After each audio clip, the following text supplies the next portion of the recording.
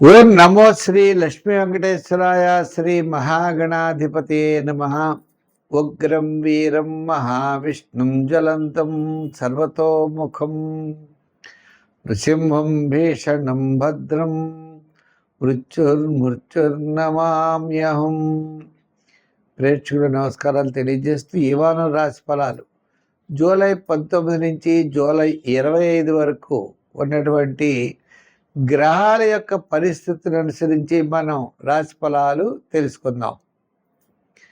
అయితే ముందుగా మనకి ఈ 19 నుంచి 25 లోపల ముఖ్యమైనటువంటి పండుగలు చూసినట్లయితే 25వ తారీఖు తొలి ఏకాదశి అవుతోంది.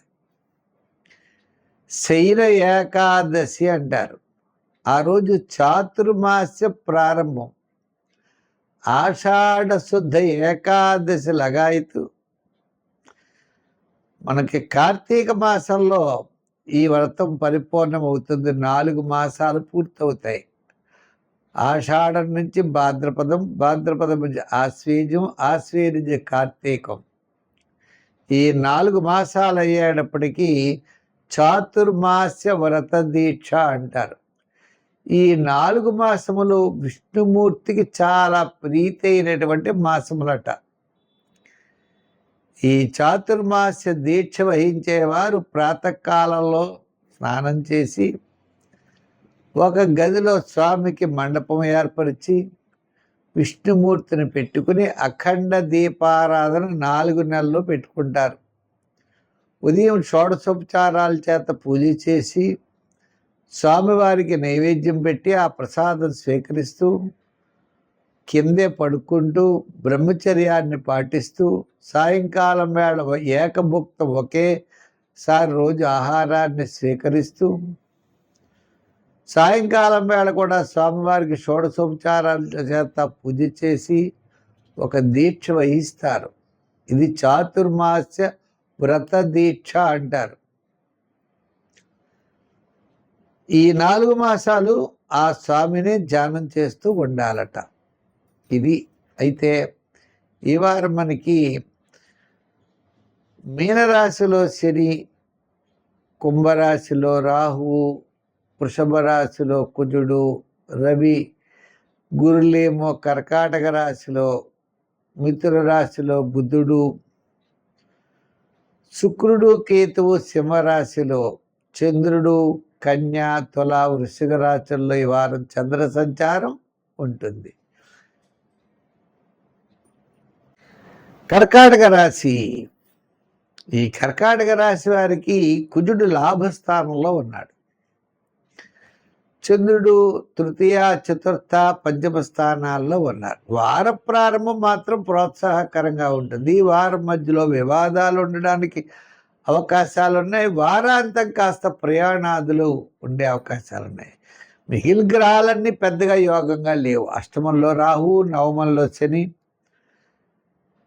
జన్మంలోనే రవి, జన్మంలోనే గురుడు, ద్వితీయంలో శుక్రుడు. ఎటొచ్చి వినోదాల్లో పాల్గొనే అవకాశాలు ఉన్నాయి. ఈ క్యాలిక్యులేషన్స్ కరెక్ట్గా ఉండవు, ప్లానింగ్ కరెక్ట్గా ఉండదు. చిన్న అనారోగ్య సమస్య వచ్చి డాక్టర్ దగ్గరికి వెడితే ఏ వ్యాధో చెప్పలేరు, ఏ మందో రాయరు. అంటే ఉదాహరణకి చెప్పాను. అలా ఏ పని అవనో పనిలో క్లారిటీ అనేది మీకు లేదు. తద్వారా మీరు విజయం సాధించలేకపోతున్నారు.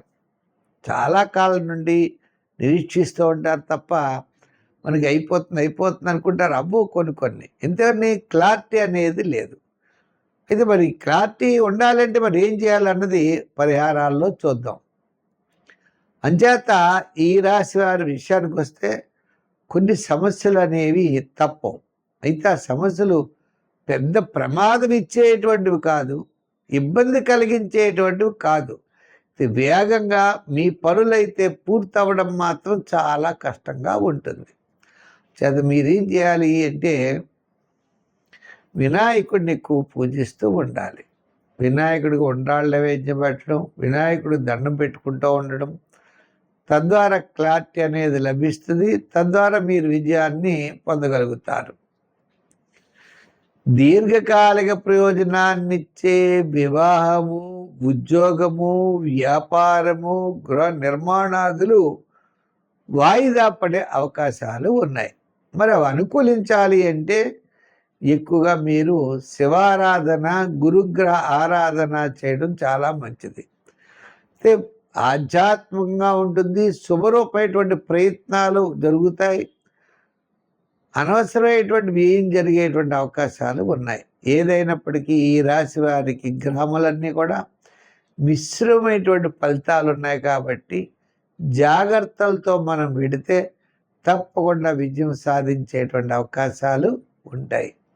సంఖ్యల్లో 2, రంగుల్లో తెలుపు, ఆరాధనలో గురువార నియమం పెట్టుకోవడం, దత్తాత్రేయుడిని పూజించడం, దత్త చరిత్ర పారాయణ చేయడం, ఈ గురుగ్రహానికి శివాలయం, శివ దర్శనం అత్యంత ప్రాధాన్యం కలిగి ఉంటాయి. మంచి ఫలితాలు మీరు పొందగలుగుతారు.